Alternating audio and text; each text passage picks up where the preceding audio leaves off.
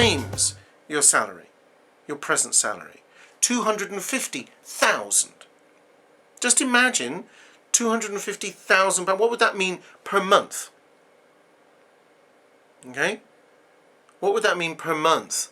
Instead of roughly a couple of thousand a month, you'd be looking at roughly 20,000 a month. 10 times. Okay? Alright, what about if we added 2 noughts on? £2.5 million. Dollars. Yen. Yen probably not very much. I don't know how much yen are worth. Euros. What if we put another nought on the end of that? Instead of 2.5 million, 25 million pounds. Can you imagine having that kind of money every year? What would you spend it on? What would you do? See, people say they want to be rich, but most people never actually think about what rich means. They just imagine rich people who live in castles and on big hills and sail big yachts around the world and do whatever they like. Actually, the reality for most of the time is that, yes, sure, rich people have more choices. They also, some of them, have more worries about money than people with moderate to low incomes, because they have to worry about how to safeguard it and who to leave it to and who to give it to, who to give some of the excess to, what's the best, because those people get lots of letters asking for money. And some people want to avoid being rich at all costs because they're afraid of those very things. So your whole attitude of mind around money and wealth and what it means to be rich, some people think that being rich would be wonderful, and some people think that to be rich would be very scary or even wrong. Some people think being rich is morally wrong. Okay? So wherever you are on that spectrum, and there may well be conflict in your mind about money. You may say on the one hand, oh, I wish I had more money, and you may also say, I loathe and despise wealthy people because they're all greedy. And I've met people who do exactly that. It doesn't make sense, but they don't even know that they're doing it. They don't realize that. So what an NLP coach can do for you is pick up those apparent conflicts, those dichotomies of thought. Most of us have them. I have them. Not about that one anymore, but they're still there. You know, they're just layers and layers and layers of these things. Okay, so what else can NLP coaching do for you? What other areas of life? Well, career. Right? Where's your career? Are you doing something that you love? Or do you wish that you could change your job or move up the ladder or move out and start your own business or whatever? What about studying? Maybe you need to study in order to further your career, or maybe you just are a student. Whatever age you are, you might be a student, and you might be a student at home doing home study, or you might be a student at some kind of college or university.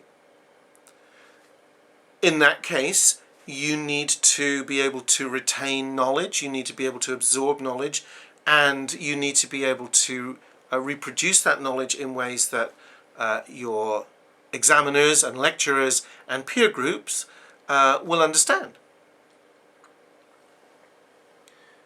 And there's a confidence issue there. So what about if you have to do public speaking or some kind of demonstration, or that you're expected to perform in some way, whether it's for your studies or whether it's in your career or whether it's just at your kids' school play or whatever it is, you will have what's come to be called a comfort zone that you stay inside, that keeps you imprisoned. And what you'll notice if you look just a little harder at a comfort zone is that after a while comfort zones become distinctly uncomfortable because you want to break out of them, but you think you can't. So NLP and NLP coaching can help you with all of that. Okay, what else? Relationships. Massive issue. All right, relationships. Now, I have to tell you, I have a wonderful wife, and we've been deliriously happily married, and it sounds a bit sugary sweet when I say that, I know, but genuinely, we are still on honeymoon, and we've been together since 2006. But before that, my relationship life was atrocious. I was either having my heart broken, or I'm sure I probably broke a few hearts along the way. Sorry, girls, to those that I did that to. Or I was lonely. And it took a while for me to get that in balance. And it took a few years of working on myself between the ending of one marriage and the beginning of this one in 2006, which I did deliberately. I didn't actually deliberately see an end to being on my own, but I deliberately took a pathway and said, right, until I have resolved certain issues within myself, I am not going to be seeking out another long-term relationship. And I made a conscious decision to do that. But that's the key. It's about making conscious decisions for yourself and for your life. Okay? So, for me now, I have money in the bank. And money comes out of the sky sometimes. But it all comes from doing things that I love. Sometimes it comes from doing almost nothing, apparently. But it does come. And I no longer worry about it. I have this beautiful relationship. I live in this fabulous area of rural England, which I've loved all my life, and my wife and I are very, very happy here. And the view from my window is lovely. Rolling hills and green fields, and which is what I love personally. That might not appeal to you. Some people love living in cities. That's okay. I'm not telling you to live like me. I'm telling you that you can live the way you choose once you know how to control what goes on in here. And NLP is the core and the key to that. Okay? So what else? What about your health? Health. Okay, can NLP help with health? Absolutely. Absolutely. How much research has there been in just the last 10 years, let alone 20, 30, 50 years, into the connection between healthy body and healthy mind? It's massive. And in the last decade or so alone, that's gone ballistic. That's mushroomed beyond belief. Because now we're understanding through quantum physics and so on how actually what we're made of, yes, on the surface it's flesh and blood and bone and so on, but we actually know that what we really are and what everything really is just energy. And energy transforms from one state to another all the time.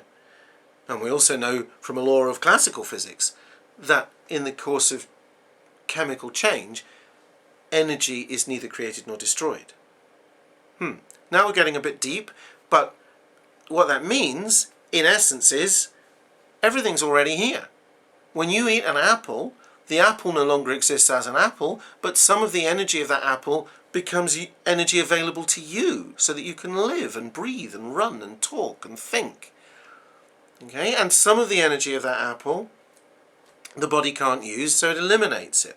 Now, all of that process relies upon some intelligence that was way beyond our understanding.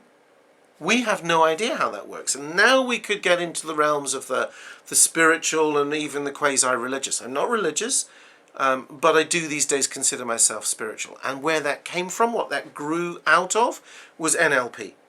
Because as you begin to explore, well, if I control my internal environment, where are the limits? What are the limits on what I can control? Can I stay alive forever? Can I be immortal? No, I don't think so. I don't think NLP can do that. Can I control the weather? No, I don't think so. I can control my reaction to the weather. I can control my reaction to my mortality. I can choose how I view everything. I can choose how I view other people. That influences relationships massively. Because it's not just about marriage and love. This is about relationships with your peer group, with your boss, with your in-laws, with your kids, with your pets. You know, with the guy who serves you coffee in Starbucks or Costa's.